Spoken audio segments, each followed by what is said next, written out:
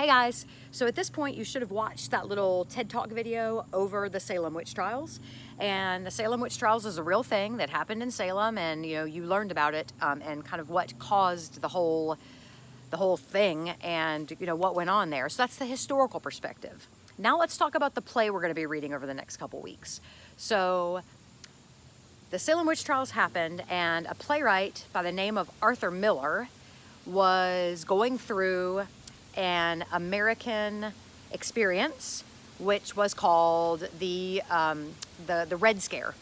And this was during the time of McCarthyism, and people began to be afraid that communists had infiltrated America, and that there were communists in the entertainment industry, and communists in the government, and communists sort of everywhere. And so people were being accused of being communists. People were being arrested for being communist. People were being forced to tell on other people for being communist. And so Arthur Miller, in this atmosphere, thought that our hunting for communists looked a lot like Salem's hunting for witches. So he became really, really obsessed with the idea of the Salem witch trials. And so he went to Massachusetts and got the court documents and read all about the Salem witch trials, and became basically a complete expert on the characters of the Salem witch trials and exactly what had happened there. And then he wrote the play, The Crucible. So here's the thing about the play, The Crucible. It is not completely historical. Some of the central things that he has going on were never really proved. So for instance, there's going to be a relationship between two of the main characters that is absolutely central to the Crucible, and I don't want to give too much away right now. Historically speaking, it is pretty unlikely most people think that that relationship actually happened. Arthur Miller, though, was absolutely certain that it did happen. I haven't read the court documents, so you can do research on that if you get really interested. But just realize, although it's based on history, he changed some things. He changed some things to make it more interesting. He took a bunch of judges and combined them into one judge character to make things a little bit better. But he's writing about the Salem witch trials, but he's also talking about the communist Red Scare. And we'll talk more about that next week. So he's using the witch trials as a symbol. And so there's a few terms that I really need you to be aware of as we get started, because we're reading this play not so much because I care about the witch trials, and not so much that I care about the communist Red Scare, but because it deals with themes that happen all the time in our society.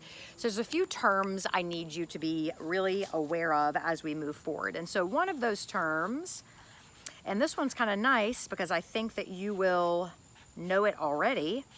One of those terms is mass hysteria, right? Mass hysteria is when large groups of people get really, really frightened all at the same time. And it can be from a real threat or from an imagined threat. Okay, so a real or an imagined threat. Now here's the deal. I think we can all agree that our nation has been experiencing mass hysteria over the coronavirus. Now I realize that for some of you, you probably think that it's a real threat and that we need to all be scared. And that for some of you, you think it's not a real threat and we need to just move on with life. Those are very different opinions based on your personal identity. But mass hysteria is when people begin to behave in strange and unusual ways because everyone is so frightened.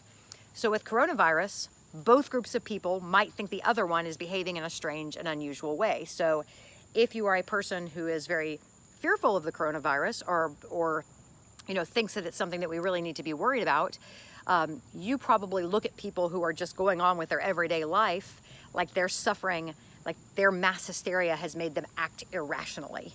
And if you are a person who I may have gotten that backwards, but you get what I'm saying. Basically, both sides could view the other as acting hysterically. Like if you do believe it's a threat, you look at the people who aren't wearing masks, who are living their life regularly, I said it right, who are living their life regularly and who are doing things, and you think that they are behaving in a hysterical manner, probably because they are unwilling to accept the truth about the coronavirus because it's so scary. Whereas if you don't believe that it's a big threat, you probably look at people who are putting their lives on hold or wearing masks everywhere, and you say, you know, they're letting their lives be controlled by fear. Either way, we have a large group of people in America who are frightened, and so it can be for a real or not real reason, and that is what mass hysteria is. You're going to see mass hysteria happen in Salem. In this story about the witch trials, mass hysteria happened during Arthur Miller's time with the communists, but people all get really scared, and so it is something that, since we see it today, you're really familiar with. The next term that you need to know is another one that I hope that you're really familiar with in life, and that is the term of scapegoating. Okay, scapegoating is a term that means that you are worried or upset about something, and so you seek out a person or a group to blame. One of the common threads that runs through all mass hysteria, right? Anytime there is large groups of people who are scared, is they try to find someone to blame, right? And so all sorts of groups and all sorts of individuals get blamed with scapegoating, but the reality is that it's not the blamed person's fault. There are many, many, many other factors, even if they're involved, but humanity, we seem to need an easy answer of who we can blame, and so we use scapegoating. The next term that I want you guys to be very aware of as we move into looking at the Crucible is the term groupthink. Groupthink is when groups of people start making decisions together without using their own brain, and because they're thinking as a group, it makes them feel like they will not be to blame.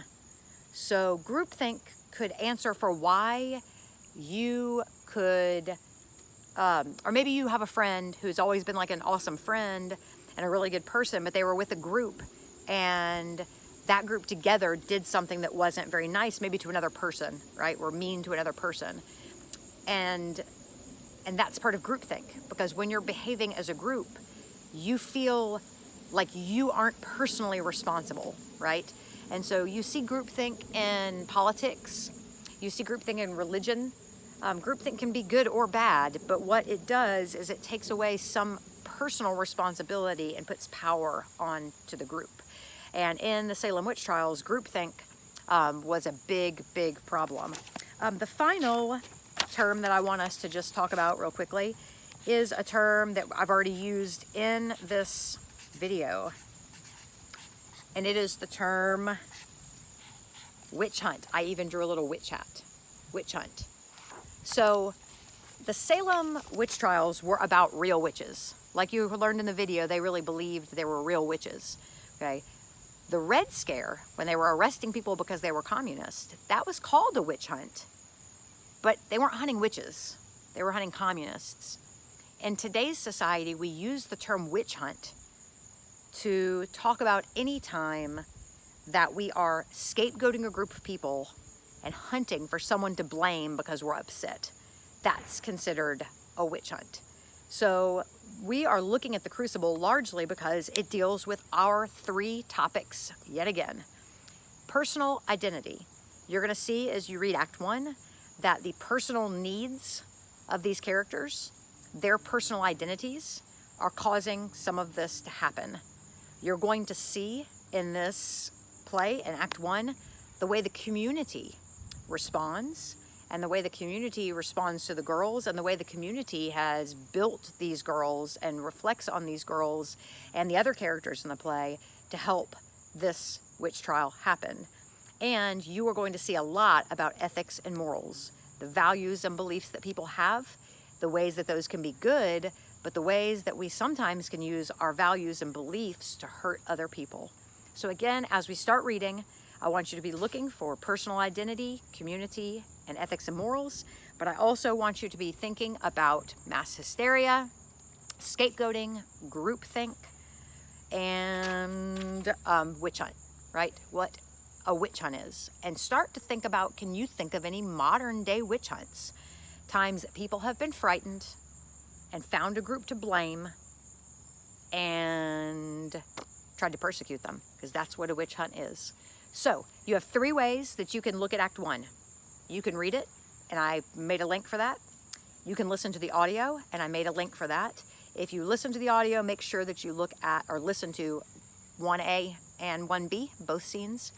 Or, best option, you can join me in the Google Meets and we can read together, because if you do that part, I'm going to be skipping around, skipping some parts, summarizing some parts, and making sure that you understand as you go.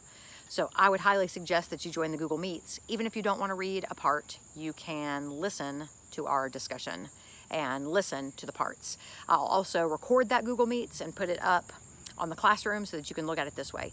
So please, guys, read Act 1 for me, or listen to Act 1 for me, or join me in a reading of Act 1, and let's get the first act of the Crucible knocked out. All right, get to it.